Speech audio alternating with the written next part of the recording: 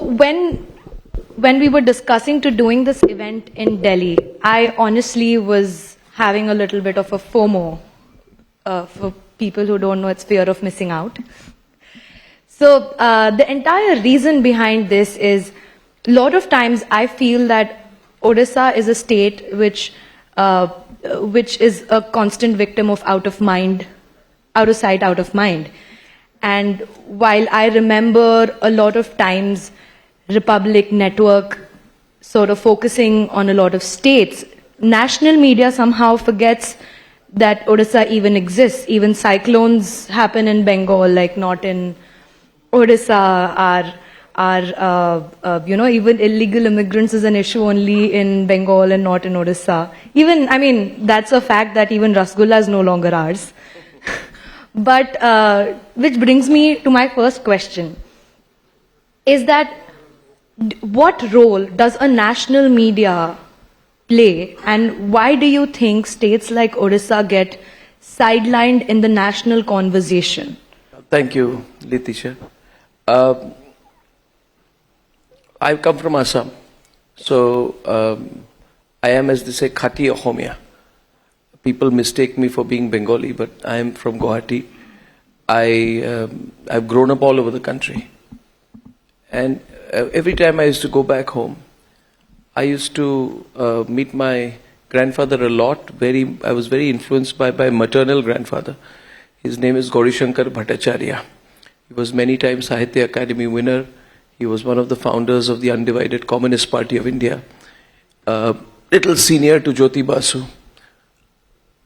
And he wrote a book called Assam, the Epitome of India. He wrote 29 books in his lifetime.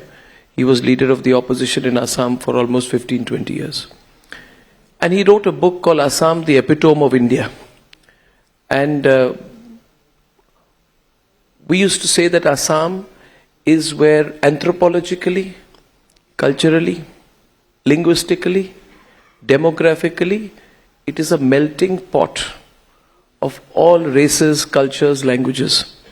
So before I answer your question, I want to tell you that Assam, Bengal and Odisha, these three states are connected in many ways. In culture, in language, even in food. And my mother, who is a teacher of Sanskrit, she asked me yesterday, why do you go in the morning today? Can't you stay at home one day? So I said, I'm going for Odisha TV event. My mother was a teacher of Sanskrit. She wrote something for me and she said that you must say this there, that Assam, Bengal and Odisha, these states are geographically related. Their food habits have got similarities, even we find culturally. Assam's Vaishnavite founder Sri Sri Shankardev's Akya Bhavna dialogues are very much like Odia dialogues. Such similarities in these neighboring states proves the dormant unity on our cultural side too. And she also speaks about the Kshatriya dance, which got national recognition a few years back because of its originality.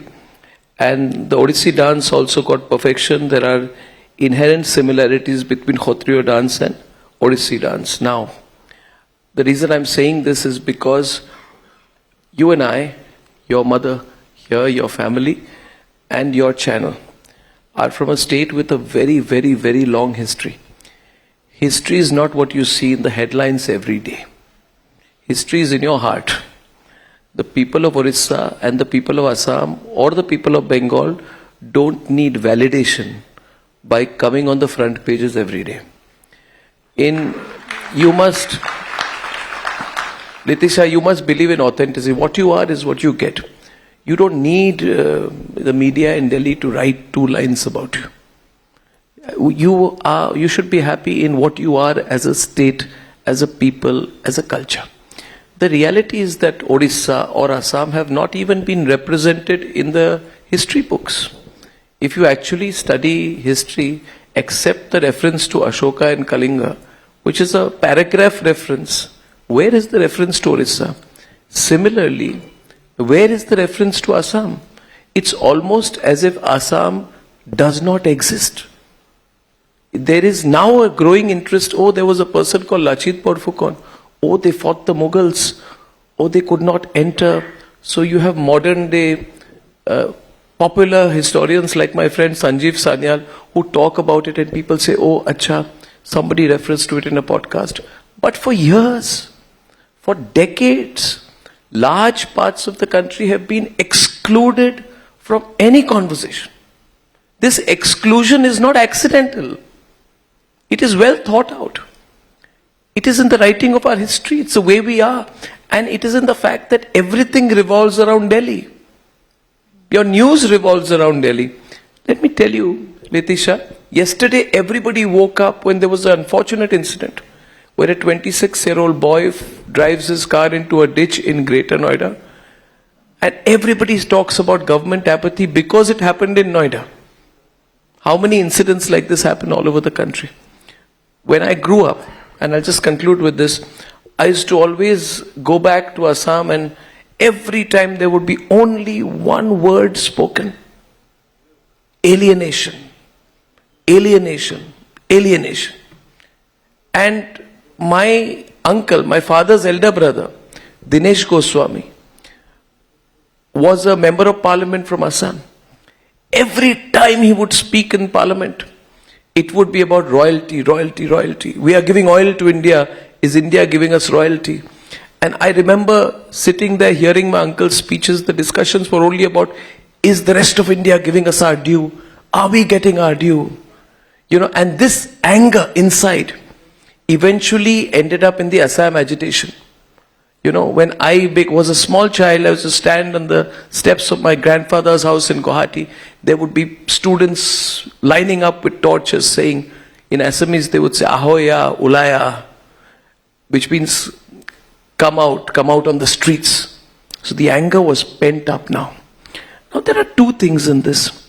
Either we can be angry, forever angry. Anger does not solve anything. The feeling of alienation does not solve anything. It just makes you more and more and more angry. I would say, let Orissa be a center of the country in your mind, Letisha. If you are in a media business, media network, there is no reason and no need for Delhi to be the media capital of India. Ask yourself one question. Ask yourself one question.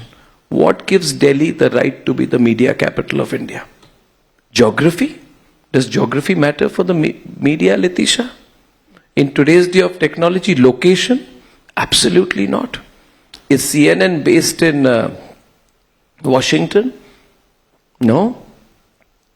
Is it based in New York? No. For years I ran a network out of a mill in Mumbai. It's in the mind. So when you say, is Orissa getting space in the headlines? I would say, you don't need that validation. Getting space in the news is not validation. That is the power that Delhi has over you. Take away that power from Delhi. Don't make the people in Delhi feel so important. Take it away. It does not matter. This year in August, I will be launching Republic Global. And I've already set up a large infrastructure. I've raised capital. And I am completely sure that we can do global news from India.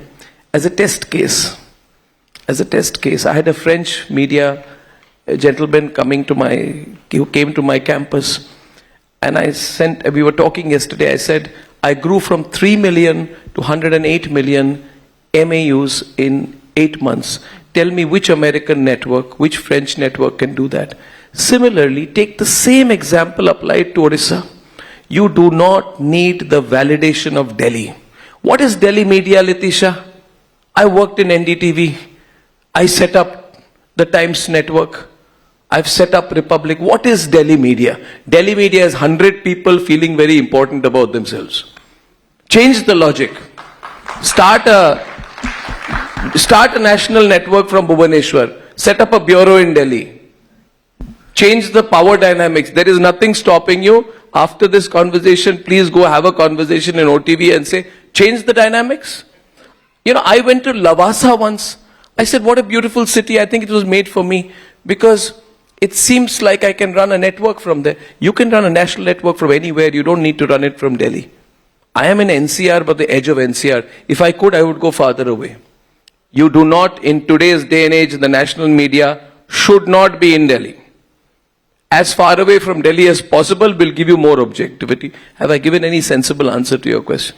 I just want to say, hey Thank you. mom, are you listening? Yeah, she knows me well.